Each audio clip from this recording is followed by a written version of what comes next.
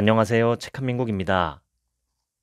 오늘 소개할 책의 제목은 효소 식생활로 장이 살아난다. 면역력이 높아진다. 지은 이는 일본의 의학 박사 츠루미 다카후미입니다. 일본은 장수국으로 유명하다. 100세를 넘은 장수인이 5만 명이 넘는다. 그런데 축하할 일일 것만 같은 이 현상의 이면에는 비참한 현실이 어른거린다.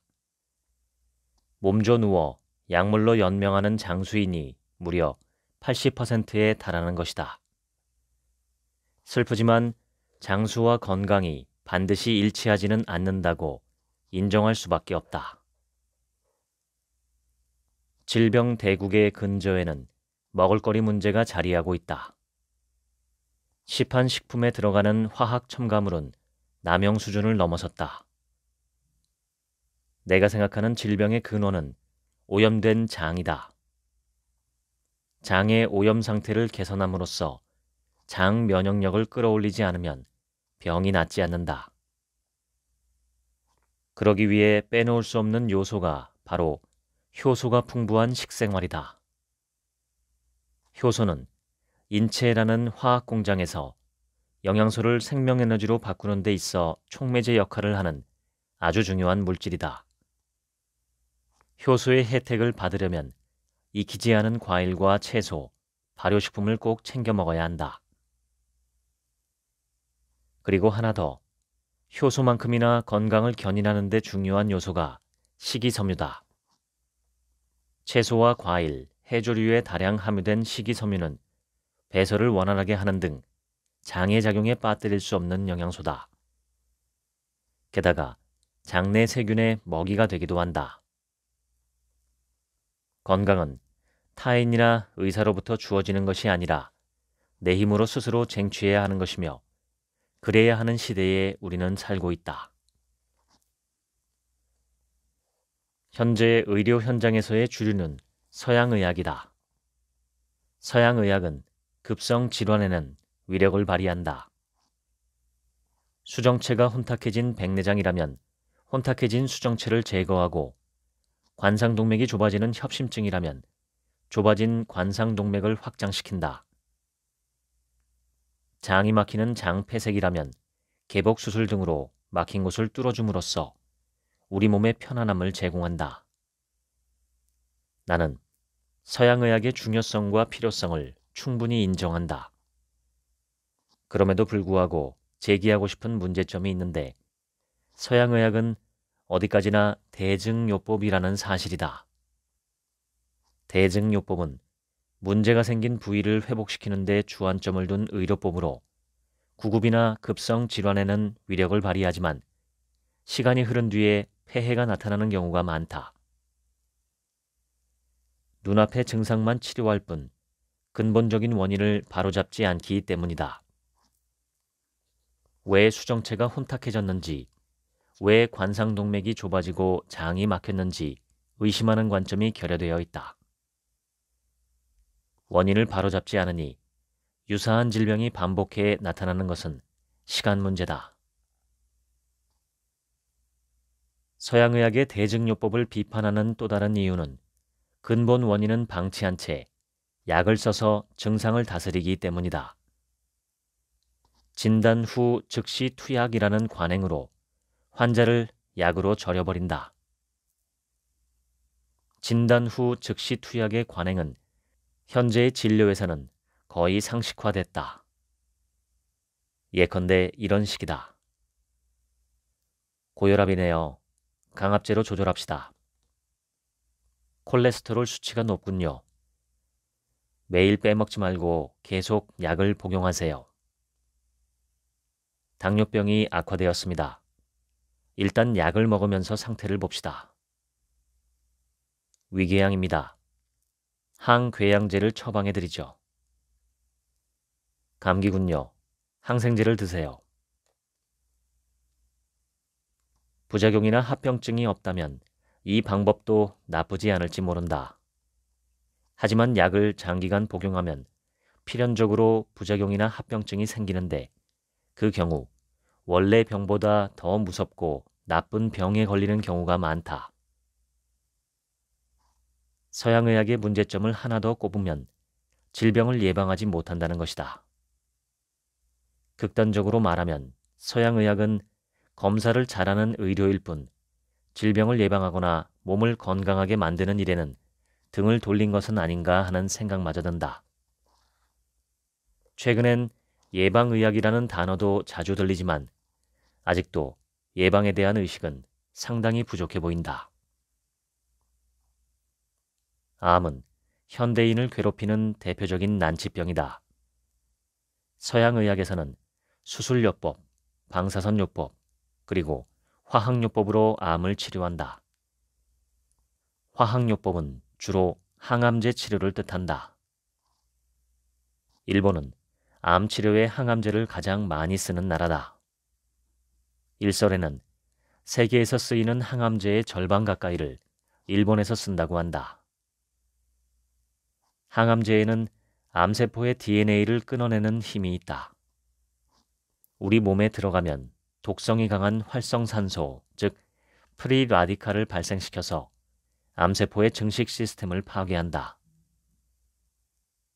항암제는 원래 제1차 세계대전에서 화학무기로 쓰인 독가스, 나이트로젠 머스터드에서 힌트를 얻어 만들어졌다. 진짜 독에서 시작된 셈이다. 독을 쓰다 보니 당연히 큰 대가가 따른다. 항암제는 암세포뿐만 아니라 정상세포까지 공격해서 다른 질병을 유발하거나 새로운 암을 만들어낸다. 항암제는 영양분을 흡수하는 소장의 미세 육모를 파괴해서 전신 면역의 70%를 담당하는 소장 면역까지 파괴한다. 항암제를 사용하는 것은 이처럼 위험성이 큰 데다 몸에 생긴 암세포의 반도 못 죽일 정도로 효과가 기대에 못 미친다.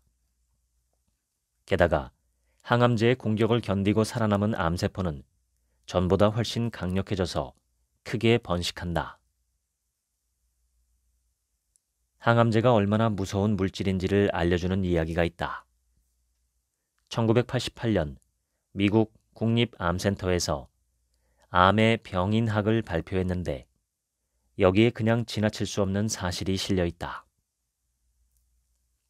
항암제 치료를 받고 있는 15만 명의 암 환자를 조사한 결과 폐암과 유방암, 난소암 환자에게서 방광암이 증가했다.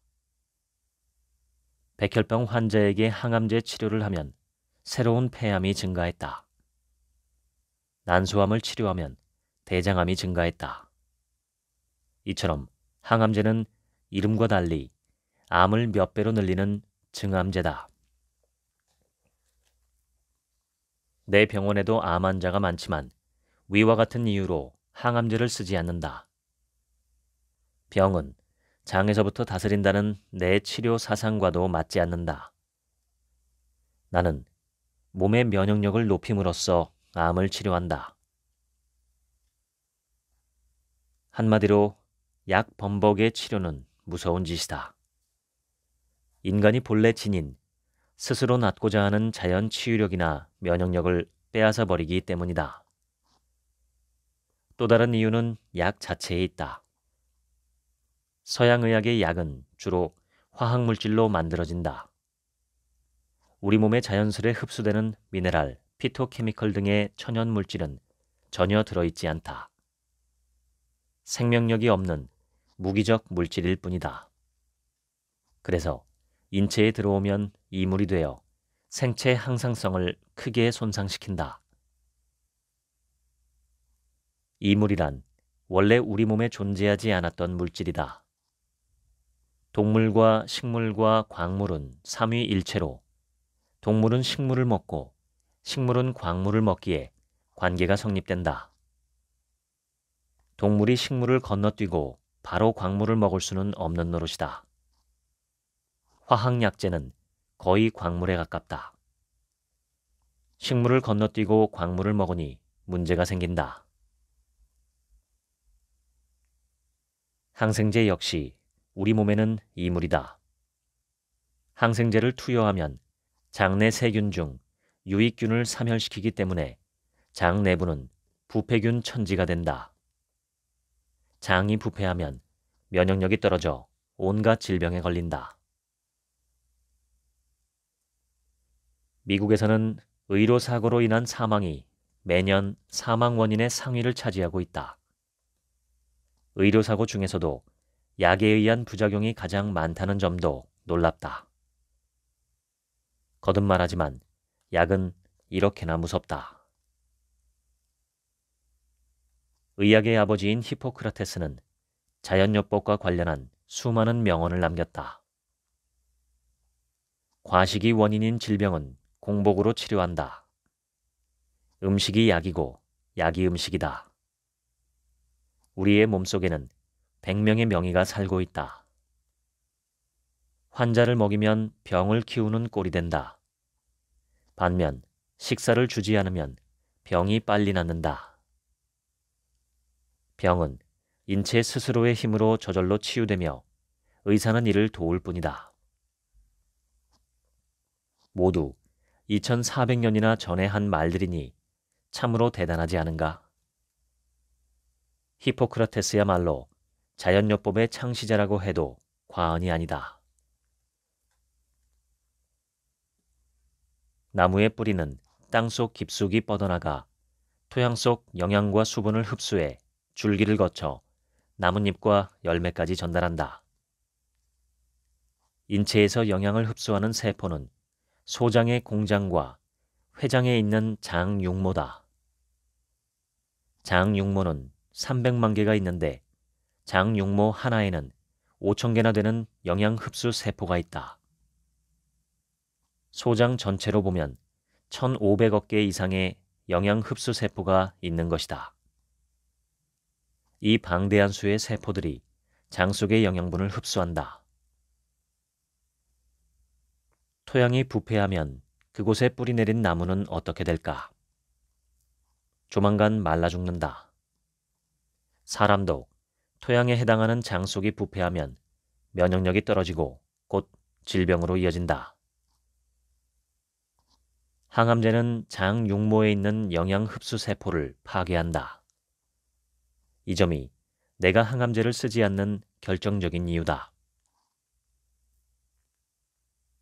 영국 국왕의 주치의였던 아바스노트 레인 박사는 오랜 세월 동안 장의 다양한 장애에 대해서 연구했다. 그는 장 질환으로 수술을 받고 회복기에 접어든 환자들 중에 수술과는 아무 상관이 없어 보이는 지병이 놀랄 정도로 호전되는 경우가 있음을 발견했다. 이 같은 일을 몇 번이나 목격한 레인 박사는 독소에 오염된 장과 다른 기관의 기능 사이에 깊은 관련이 있음을 깨닫게 된다. 레인 박사는 이렇게 말했다. 질병은 미네랄, 비타민 같은 특정 영양소나 섬유소가 부족해서 혹은 자연 방어균, 즉 유익균의 세균총 등 몸의 정상적인 활동에 필요한 방어물질이 부족해서 발생한다. 이런 사태가 벌어지면 유해균이 대장에 침입해서 번식한다. 그 과정에서 생겨난 독은 혈액을 오염시켜 우리 몸의 모든 조직, 샘, 기관을 서서히 좀먹어 파괴한다. 장이 기능 부전에 빠지면 다른 기관에도 전염된다. 장에서 도미노 현상이 시작되는 것이다. 효소 영양학을 처음 세상에 내놓은 이는 미국의 에드워드 하웰 박사다. 그는 무려 50년에 걸쳐 효소를 연구해 1985년에 효소 영양학을 펴냈다. 하웰 박사의 책 내용은 실로 획기적이다.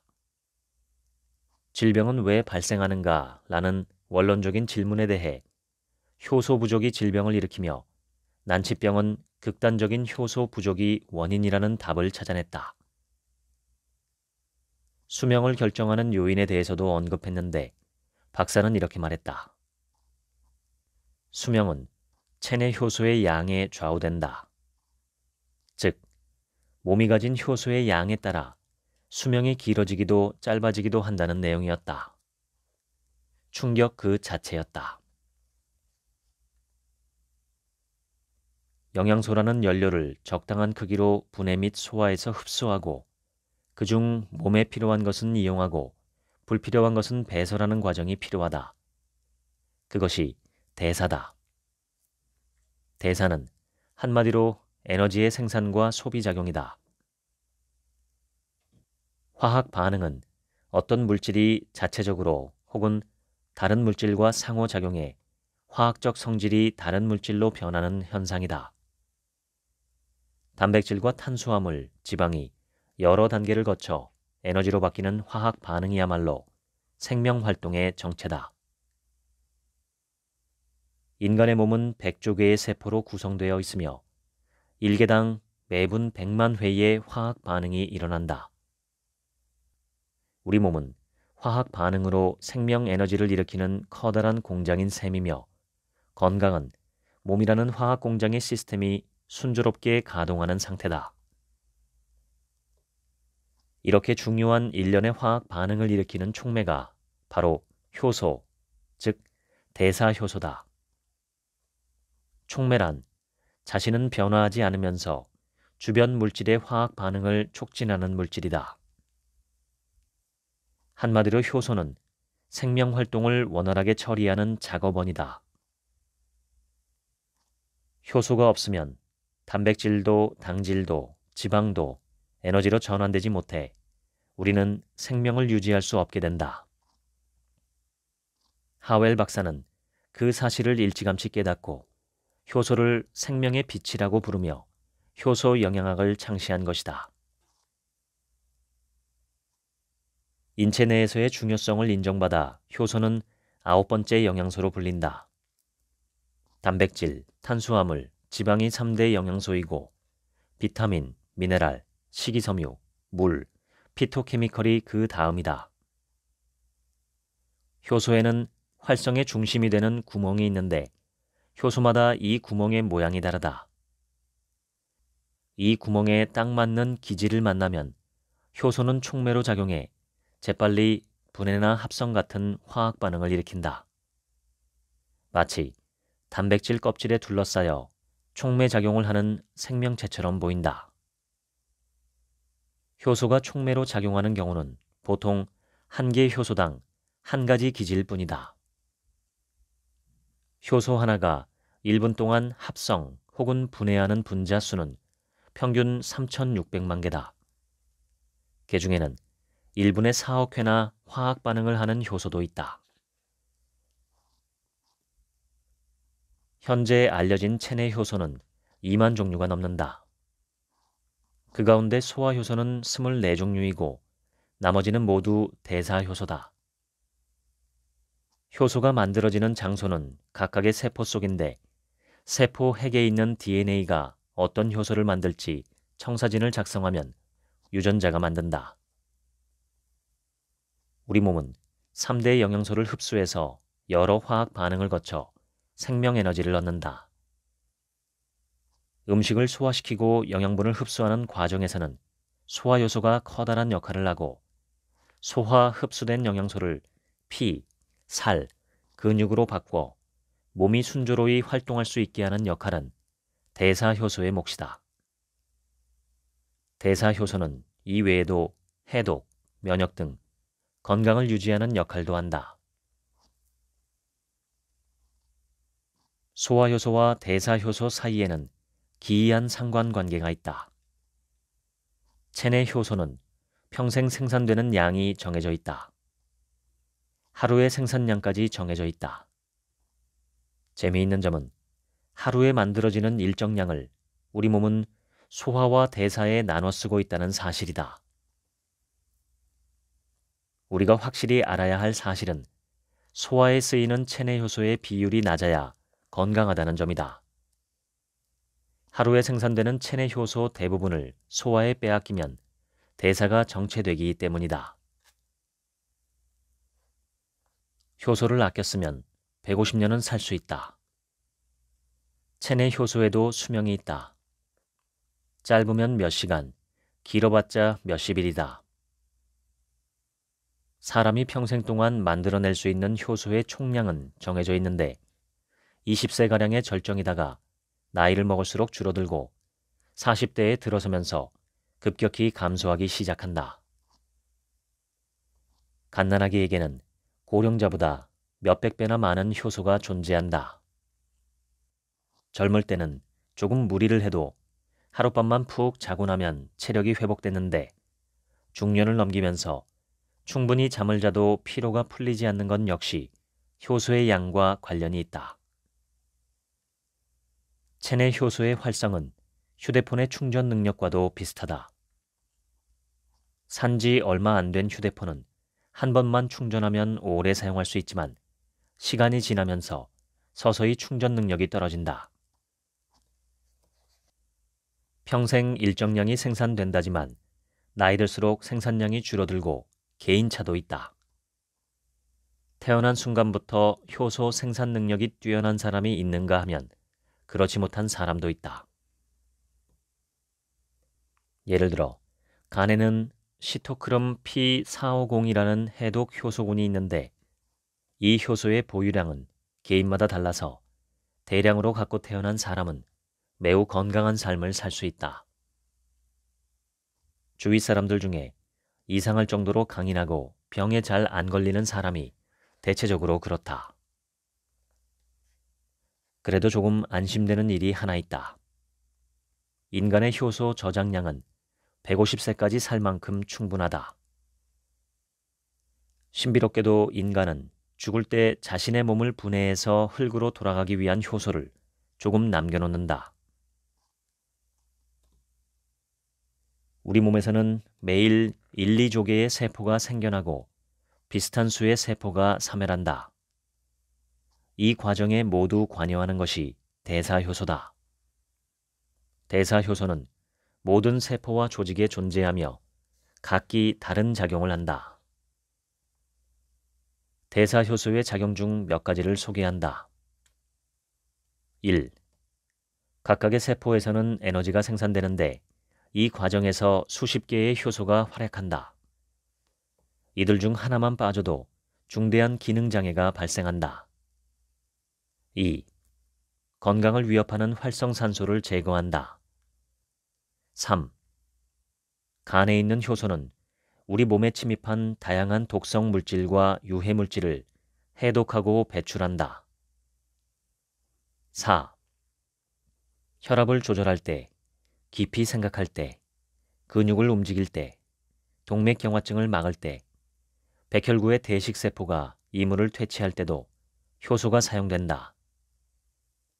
5. 혈액의 정화, 위산의 생산, 손상된 DNA를 수복하는 건 역시 모두 대사효소의 작용이다. 대사효소의 작용은 생명활동 그 자체라고 해도 과언이 아니다. 인간이 건강하게 사느냐 아니냐는 대사효소의 작용에 달려있다. 대사효소는 체온 약 36도부터 46에서 47도 사이에서 가장 크게 활성화한다. 병에 걸렸을 때 40도 가까이까지 열이 오르는 이유는 체내 온도를 올려서 효소의 작용을 높이기 위해서다. 반대로 낮은 체온에서는 활성이 떨어진다. 우리가 음식을 먹을 때마다 타액이나 위액, 장액, 췌장액에 섞여서 소화효소가 분비된다. 그런데 현대인들이 소비하는 소화효소의 양은 이전 시대 사람들이 소비하는 양보다 훨씬 많다.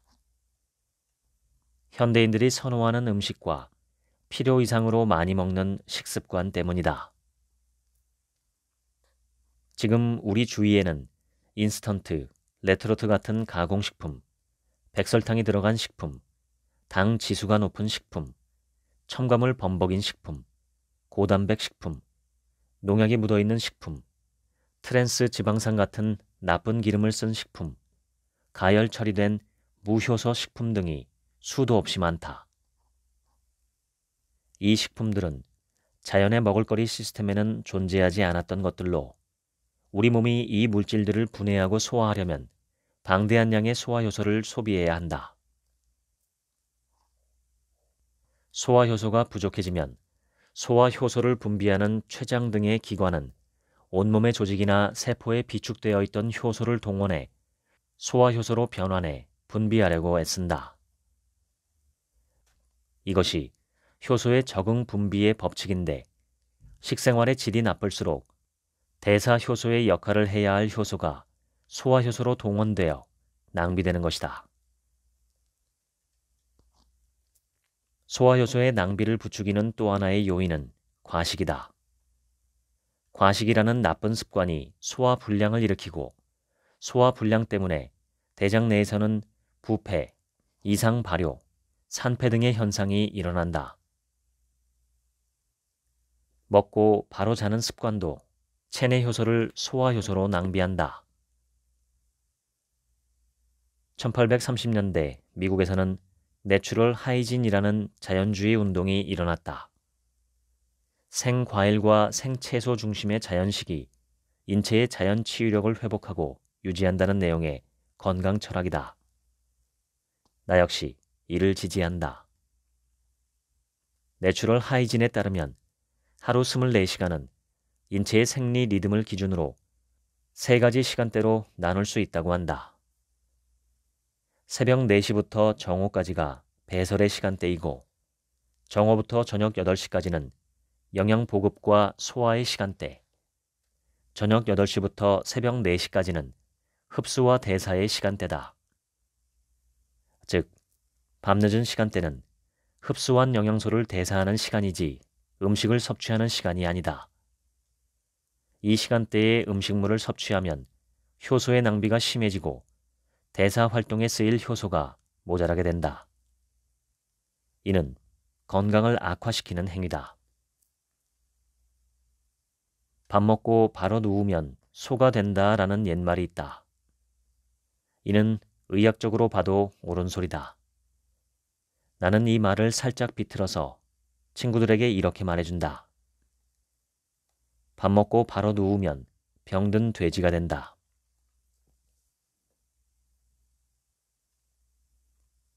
효소 저해 물질로서 대표적인 것이 하나 더 있다. 감기약이나 위장약 같은 약물이다. 화학약제는 효소가 작용하는 기질과 유사하기 때문에 효소에 달라붙어서 효소 본래의 작용을 저해한다.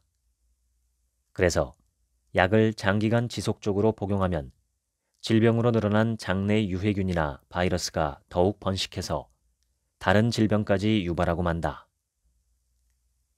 긴급 상황에서는 어쩔 수 없지만 약은 어디까지나 증상을 완화시킬 뿐 질병 자체를 치유하지는 못한다는 사실을 명심해야 한다. 질병은 자신의 면역력으로 치유하는 것이 자연스럽다.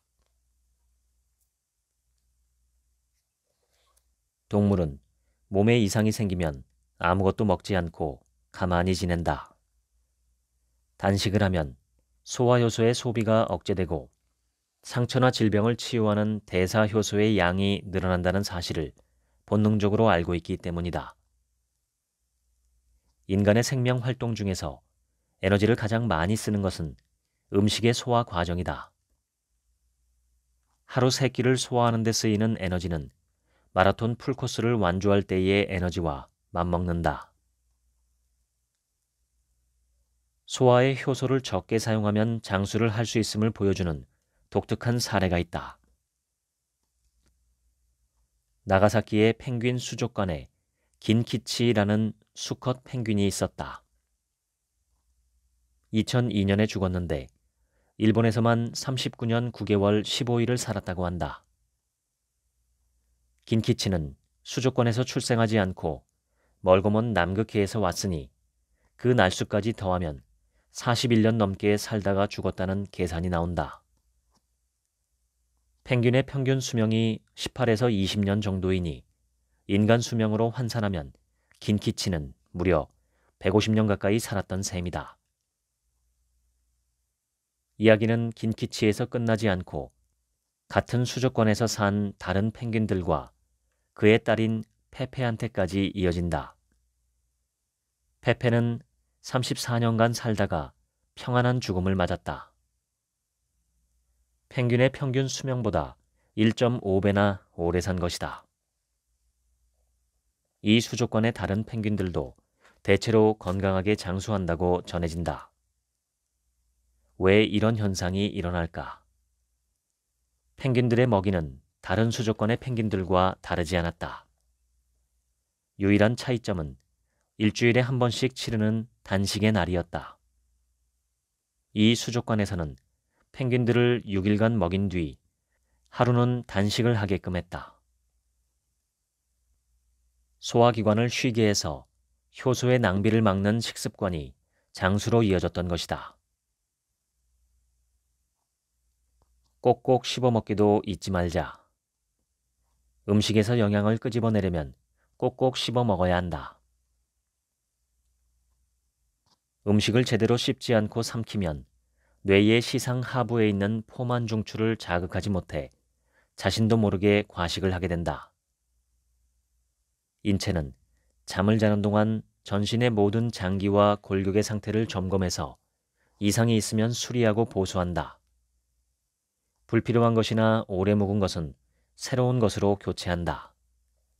이를 신진대사라고 하는데 이 과정에는 대사효소가 활약한다. 수면에는 중대한 임무가 하나 더 있다.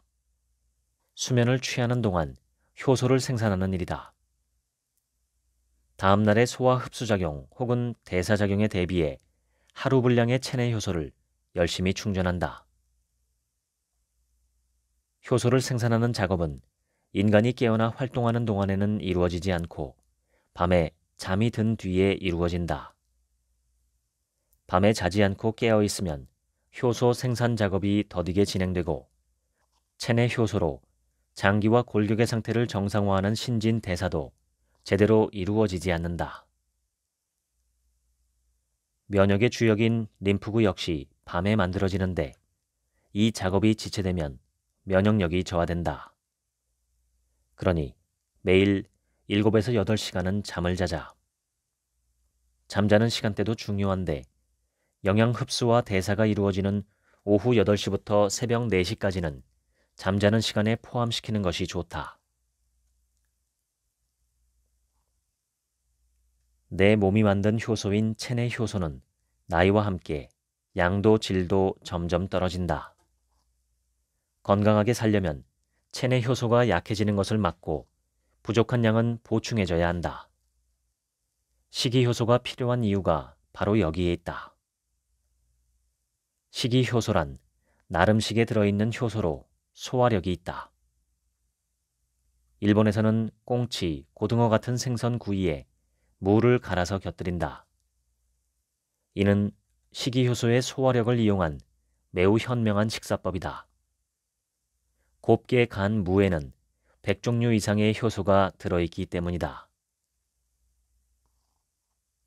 이탈리아나 스페인 사람들이 멜론을 생햄에 얹거나 파인애플을 스테이크에 곁들여 먹는데 이것도 소화를 보조하기 위함이다. 남중앙아프리카의 원주민들은 고기를 파파야 잎으로 싸놓았다가 육질이 부드러워지면 먹는데 이는 단백질 분해 효소인 파파인의 작용을 활용한 지혜다. 이 외에 키위에 있는 액티니딘은 고기의 소화를 돕는다. 대체로 과일은 단백질 분해 효소가 풍부하다.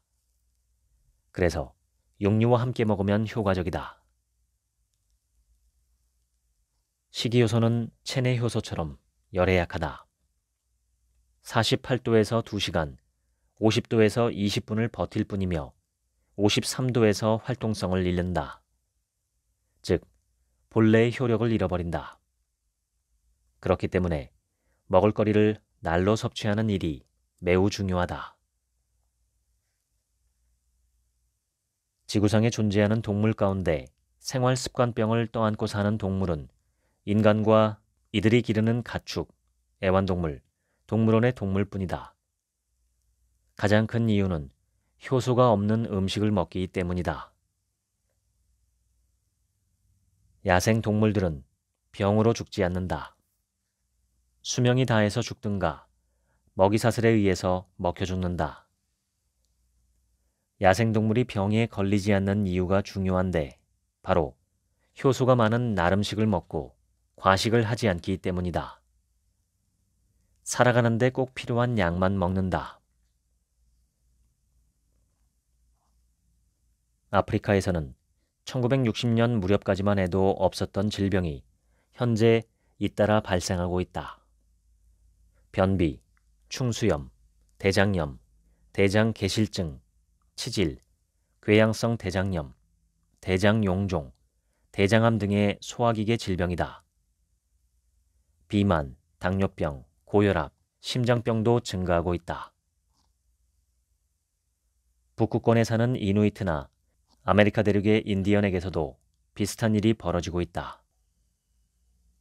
그들이 대자연에 적응하며 발전시켜온 식생활이 고기, 유제품, 빵, 사탕, 초콜릿, 과자 중심의 서구식 식생활에 밀려난 것이 결정적인 이유다. 이 식품들에는 식이섬유와 피토케미컬, 비타민, 미네랄이 극히 적다. 효소는 전혀 들어있지 않다. 식이요소를 효율적으로 섭취하려면 어떻게 해야 할까? 첫 번째 방법은 생채소나 생과일을 금방 짜서 마시는 것이다. 단, 금방 짠 주스가 아니라면 영양소들의 효과는 그다지 기대하지 않는 편이 좋다. 주스는 마찰열이 적은 저속 주스로 만들 것을 추천한다. 어떻게 마시느냐도 중요하다.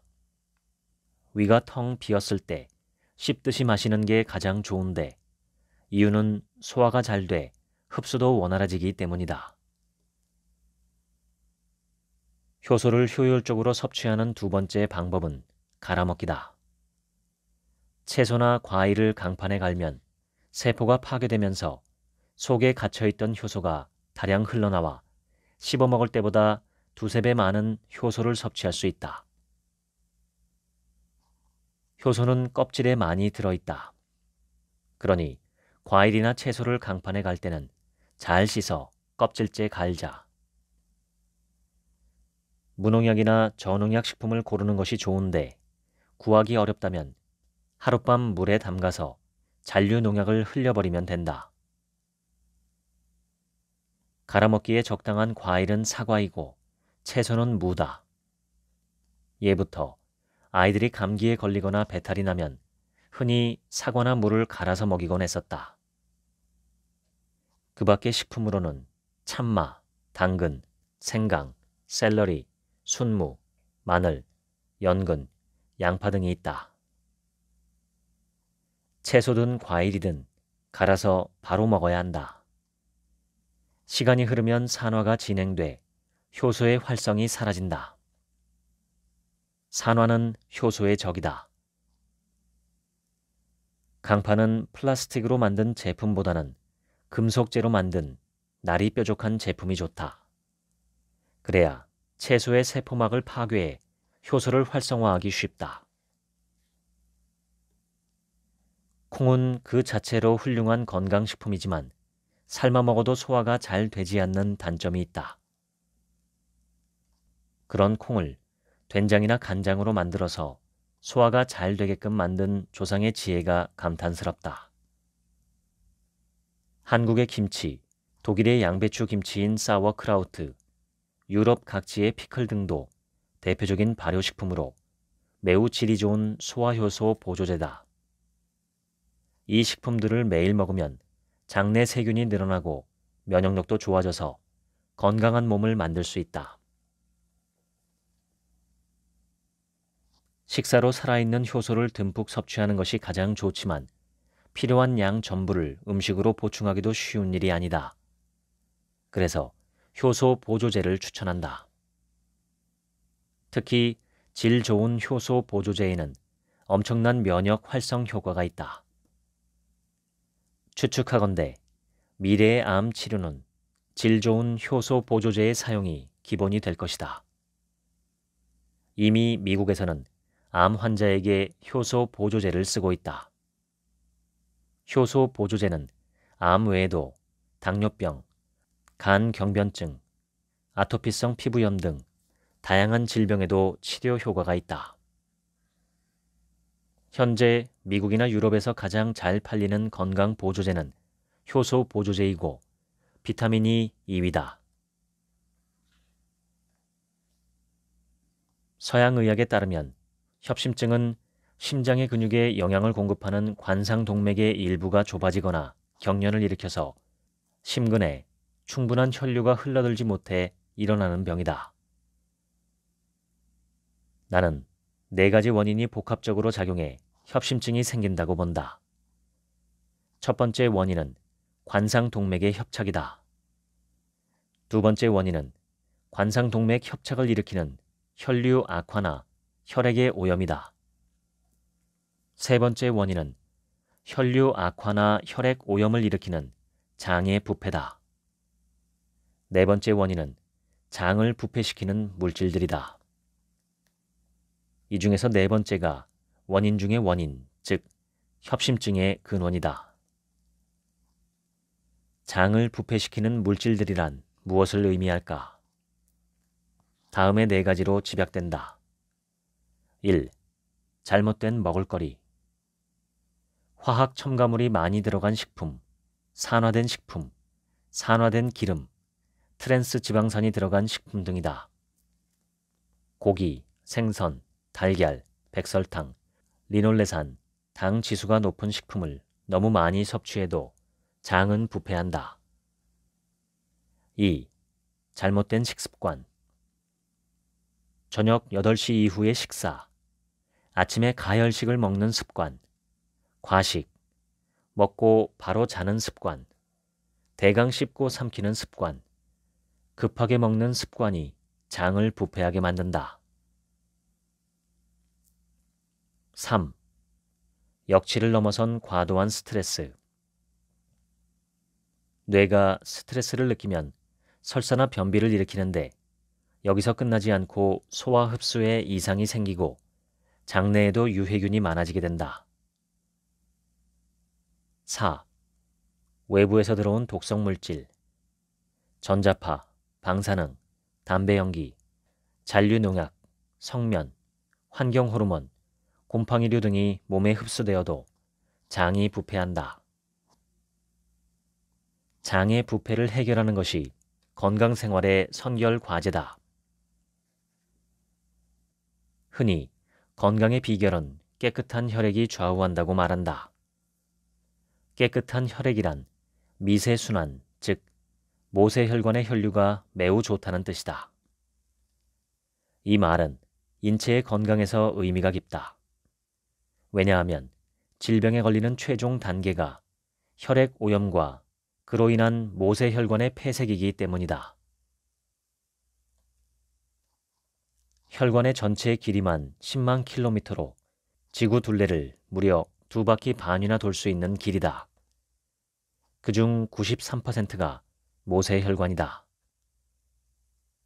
극모세혈관에서 각 조직으로 영양소와 산소가 전달되기에 조직은 기능할 수 있다.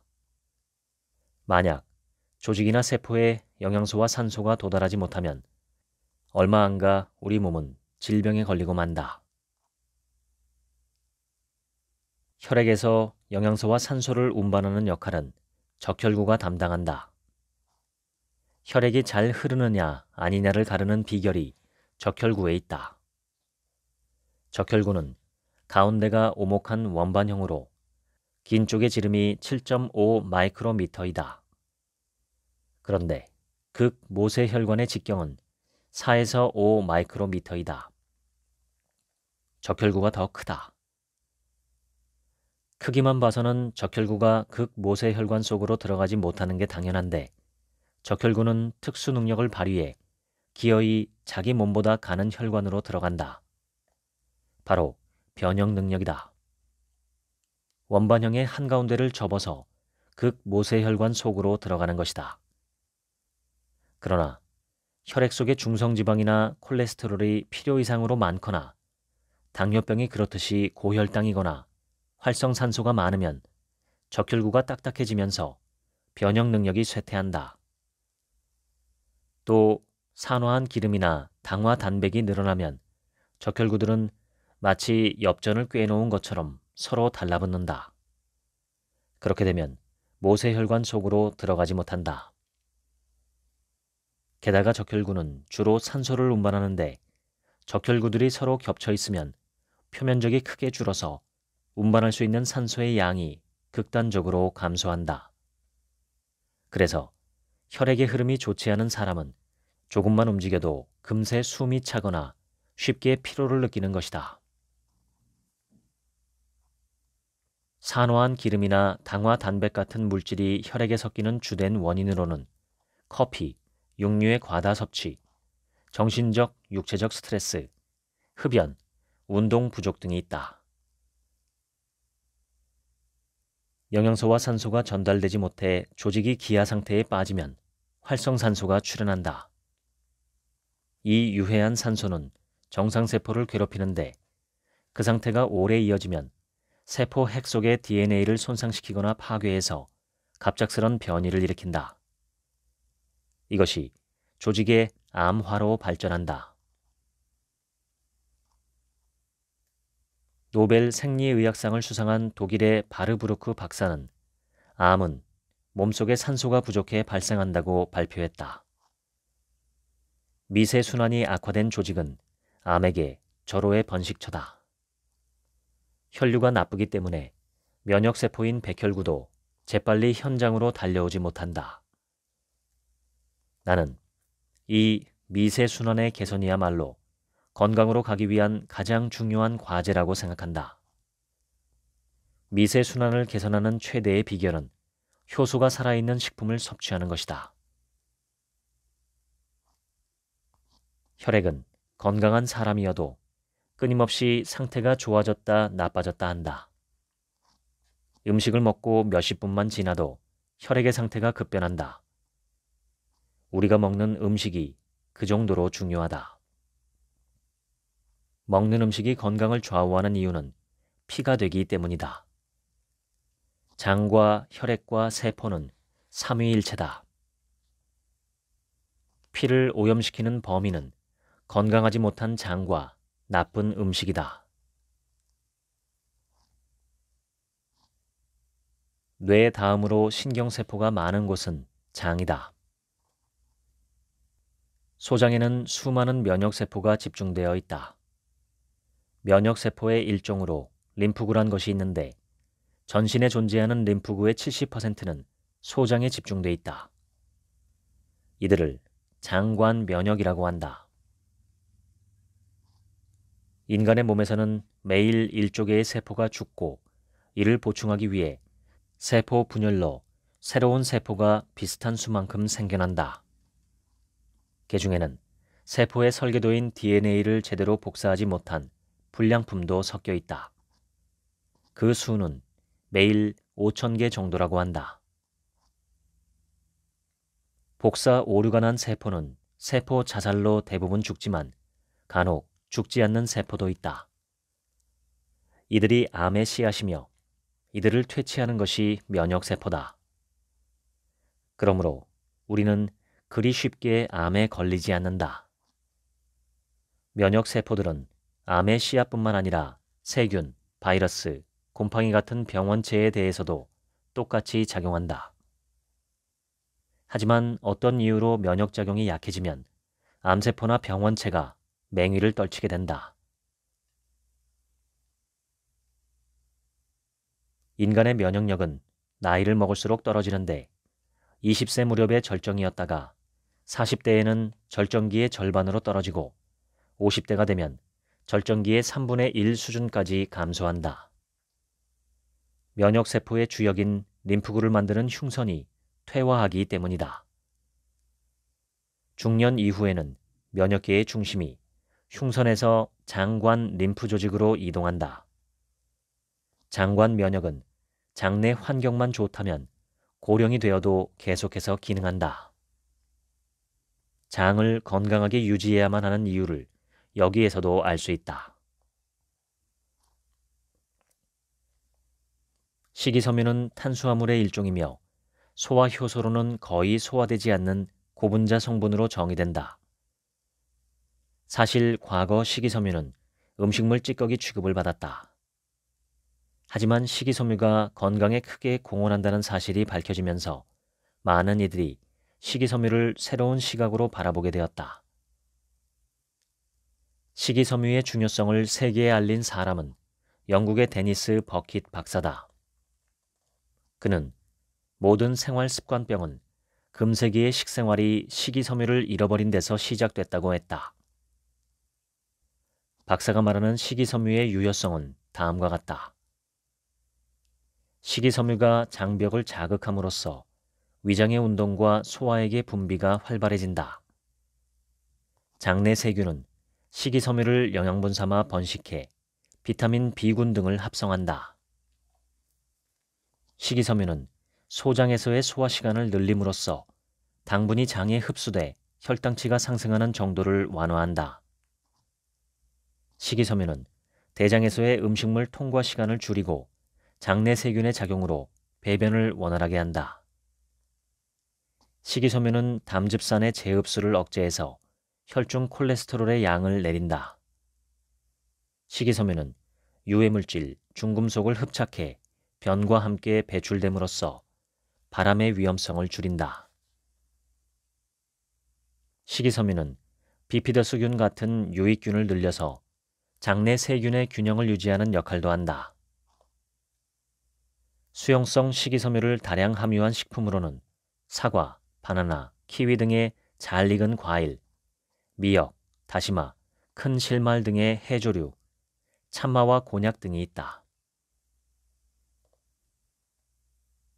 식이섬유가 물을 흡수하면 몇 배에서 몇십 배로 팽창해서 장벽을 자극하기 때문에 장의 연동운동이 왕성해진다.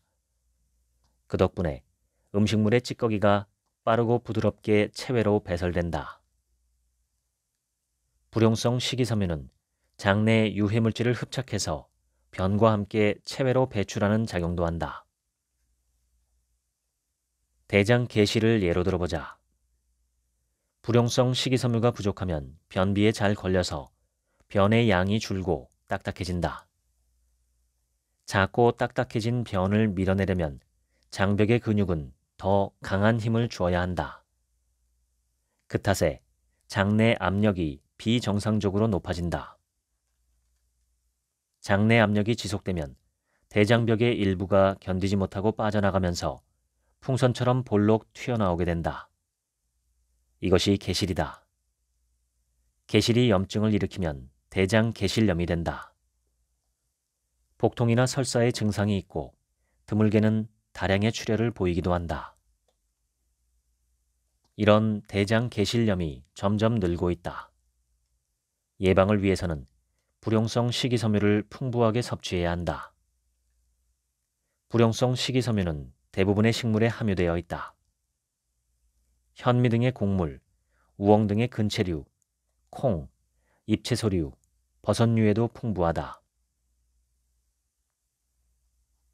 암이나 당뇨병 같은 만성질환이 급격히 늘어난 것은 식이섬유 섭취량이 크게 줄어든 것과 큰 관련이 있다. 장내 환경을 좋게 만드는 것은 건강을 지키는 핵심이다. 장에는 불가사의한 생물인 장내 세균이 살고 있다. 장내 세균은 우리 몸에 속한 조직이 아니라 인간과 공생관계에 있는 미생물로 제3의 장기라고도 불린다. 우리의 몸은 그들의 숙주다. 그들은 우리가 섭취한 영양분의 일부를 주된 영양원으로 삼아 살아간다. 장내 세균의 종수에 대해서는 얘기가 많다. 400종의 400조개라고도 하고 최근엔 1000종의 1000조개라는 주장까지 나왔다. 어느 쪽이든 장의 털을 잡고 사는 미생물의 수가 방대하다는 뜻이다. 무게로 따지면 1에서 1.5kg이라고 하니 우리 몸의 중요 장기인 간에 필적하는 중량이다. 장내 세균은 대장의 중심부에 사는데 마치 풀꽃의 군락처럼 집단을 형성해 번식한다고 해서 장내 플로라라고 부른다. 장내 세균은 세 종류로 구분된다. 비피더스균이나 유산균처럼 몸에 좋은 영향을 미치는 유익균, 웰치균이나 대장균처럼 나쁜 영향을 주는 유해균, 둘 중 우세한 쪽에 붙는 중간균이다. 유익균이 3, 유해균이 1, 중간균이 6인 상태가 이상적이다. 만일 장 속에서 유해균의 지배력이 세져서 그 균형이 무너지면 유익균과 중간균의 활동성이 떨어지고 생체의 면역계에도 영향을 줘서 감염증이나 알레르기, 궤양성 대장염, 암, 비만 등 수많은 질병의 원인을 만든다. 그렇다고 해서 유해균이 싹 다 없어져야 좋다는 것은 아니다. 이들만이 할 수 있는 작용도 있기 때문이다. 콜레라균이나 이질균 등이 체내로 침입하면 유해균이 무리를 지어 공격하는 경우가 그렇다. 장내 세균은 무엇을 먹고 살까? 바로 식이섬유다. 식이섬유를 많이 섭취하면 장내 세균 가운데 유익균의 수가 증가한다. 식이섬유가 부족하면 우울증이나 수면 장애 같은 신경증에도 영향을 준다. 최근 일본의 자살자 수는 2012년 이후 매해 3만 명을 넘는다. 10만 명당 약 24명이 자살로 세상을 떠나는 것이다. 그런데 경제적으로 곤궁하다는 멕시코의 자살자 수는 10만 명당 고작 4명으로 일본의 6분의 1에 불과하다. 일본이 경제적으로 풍족함에도 자살률이 높은 것은 50년 전에 비해 식이섬유 섭취량이 절반으로 줄어든 것과 큰 관련이 있지 않을까? 식이섬유 섭취량을 살펴보면 멕시코 사람들은 세계에서 식이섬유를 가장 많이 먹는 것으로 알려져 있다. 일본인의 식이섬유 섭취량보다 약 3배나 더 많다. 장내 세균은 수용성 식이섬유를 더 좋아한다. 수용성 식이섬유는 다시마, 미역 등의 해조류와 두부나 유부 같은 콩 제품에 풍부하게 들어있다. 또 우엉이나 샬롯, 마늘, 아보카도, 과일류 등에도 수용성 식이섬유가 들어있다. 그 밖에 장내 세균이 좋아하는 음식으로 발효식품이 있다. 된장, 간장, 나토, 식초, 절임 등이 대표적인 발효식품이다. 이유 없이 우울하다면 식이섬유를 섭취하자. 소화 불량을 일으키지 않으려면 우선 소식하는 습관을 들여야 한다.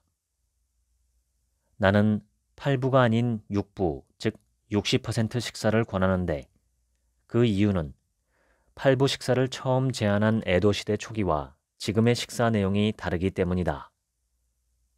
지금은 고단백 고칼로리 위주라 7부 식사도 많아 보일 정도다. 그래서 나는 배를 60%만 채우는 6부 식사가 좋다고 생각한다. 남녀노소가 다르고 각자 하는 일도 다르기 때문에 일괄적으로 말하기는 어렵지만 하루에 필요한 섭취 칼로리는 1250에서 1650 킬로칼로리 정도면 충분하다. 이를 우리가 평소 먹는 양으로 환산하면 배를 6부 정도 채우는 양이다. 인간에게는 하루 2끼만 먹는 식습관이 사리에 맞다고 본다. 인류는 탄생한 이래로 몇만 년 동안이나 배고픔과 등을 맞대고 살아왔다. 인간은 포식하며 살도록 만들어지지 않았다. 우리 몸에서 혈당치를 올리는 호르몬은 몇 종류나 되지만 혈당치를 내리는 호르몬은 인슐린 하나뿐이다. 기아에 대비해서 에너지를 확보하는 장치는 몇 겹이나 준비되어 있지만 포식에 대해서는 겨우 한 종류밖에 준비되어 있지 않다. 장의 건강을 지키려면 소식과 효소식이 정말 중요하다. 다음은 옴기니의 글입니다. 공장에서 생산된 가공식품에 3대 영양소인 탄수화물, 단백질, 지방은 풍부할지라도 생명활동에 반드시 필요한 미량 영양소인 비타민과 미네랄은 훼손되어 부족하고 효소는 전혀 존재하지 않는다. 이는 건강을 해치는 주범이 된다. 효소, 비타민, 미네랄이 결핍되면 3대 영양소는 충분히 분해, 소화되지 않고 인체에 제대로 흡수되지 않는다. 소화되지 않은 잔류물은 장내 환경을 부패시키고 이상 발효와 산패를 야기해 독성 물질을 생성한다. 독성 물질은 혈액을 오염시키고 오염된 혈액은 면역력을 저하시키고 질병을 유발한다. 비타민과 미네랄과 효소가 살아있는 건강한 식품은 장을 건강하게 하고 건강한 장은 면역력을 강화하며 혈액을 맑게 하여 인체를 건강하게 한다. 인체 세포는 약 100조 개로 구성되어 있고 이 중 약 2%에 해당하는 2조 개의 세포가 매일 죽고 새로 탄생한다. 이러한 생명 활동을 수행하는 물질이 효소와 비타민, 미네랄이다. 이들이 부족할 때 2조 개의 세포는 온전히 탄생되지 못하고 죽은 세포는 체외로 배출되지 못한 채 인체에 남아 질병을 유발하게 된다. 인체에서 만들어지는 효소는 절대량이 정해져 있다. 20세의 절정에 달하고 40세가 넘으면 급격히 저하된다. 먹은 식품에 효소가 없으면 인체는 당장 음식물을 분해 소화하기 위해서 대사에 쓰일 효소까지 끌어다 쓸 수밖에 없고 이는 대사효소 부족을 초래하여 인체 내 대사와 면역력을 저하시킨다.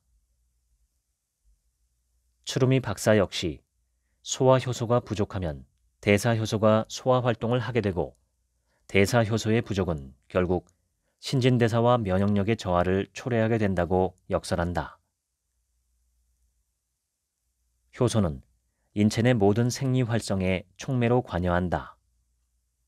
신진대사, 면역, 소화, 영양분의 인체 내 흡수, 장내 부패물의 분해 배출, 활성산소 제거, 독성물질의 해독 배출, 인체 내 에너지인 ATP의 생성, 혈압 조절, 사고, 근육 사용, 동맥경화증 예방, 대식세포가 이물질을 퇴치할 때, 혈액의 정화, 위산 생산, 손상된 DNA의 수복 등에 관여하기 때문에 효소의 부족은 노화를 촉진하고 질병을 일으키고 수명을 단축시킨다. 한마디로 효소는 우리 몸의 산소와 물과 같다. 산소와 물의 부족은 인체를 짧은 시간 안에 사망에 이르게 하고 효소의 부족은 서서히 죽음으로 몰아간다는 차이가 있을 뿐이다. 효소와 비타민, 미네랄, 식이섬유, 피토케미컬을 충분히 섭취하고 소식하고 발효식품을 먹고 꼭꼭 씹어 먹고 충분한 수면을 취하고 짧은 단식을 정기적으로 실행하면 장이 건강하고 혈액이 건강하여 건강한 삶을 살 수 있다. 지금까지 효소 식생활로 장이 살아난다. 면역력이 높아진다. 낭독해드렸습니다. 오늘 하루치 생각은 없습니다. 감사합니다.